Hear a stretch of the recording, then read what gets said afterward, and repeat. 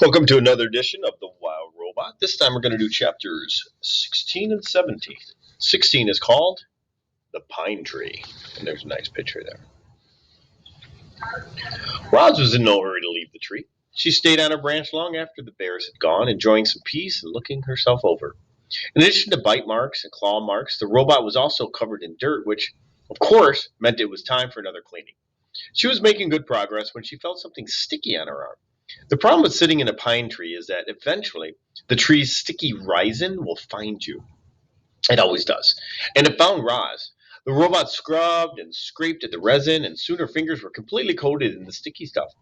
Then it was all over her arms and her legs and her torso, and the things were about to get messier. A robin swooped into the tree and began screeching and fluttering on Roz. The bird had recently finished building herself a new nest. It was a little work of art, delicate basket woven from grass and twigs and feathers, and it was right above the robot's head. Screech, screech, said the robin. I do not understand you, robot. Robin, said the robot.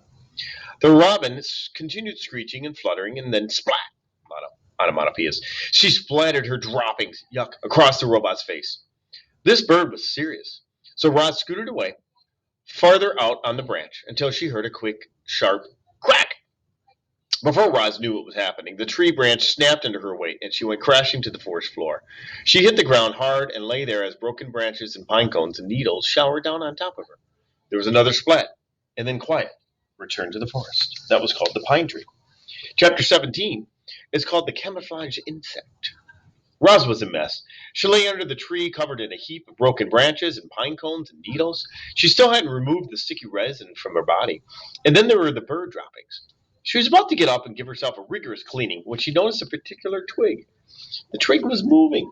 It was crawling along one of the broken branches on the ground. With a gentle touch, the robot picked up the twig. Hello, stick insect. My name is Roz. You are very well camouflaged. The stick insect's body was long and thin. He had the same shape and colors and markings of a real twig. But if you look closely, you just might see two tiny eyes and two spindly antennae. The insect didn't make a sound and sat perfectly still as the robot. The two of them still and silently stared at each other for a while. Thank you, stick insect, said Roz as she placed him back where she found him. You have taught me an important lesson. I can see how camouflage helps you survive. Perhaps it could help me survive as well. This was The Wild Robot, chapters 16 and 17.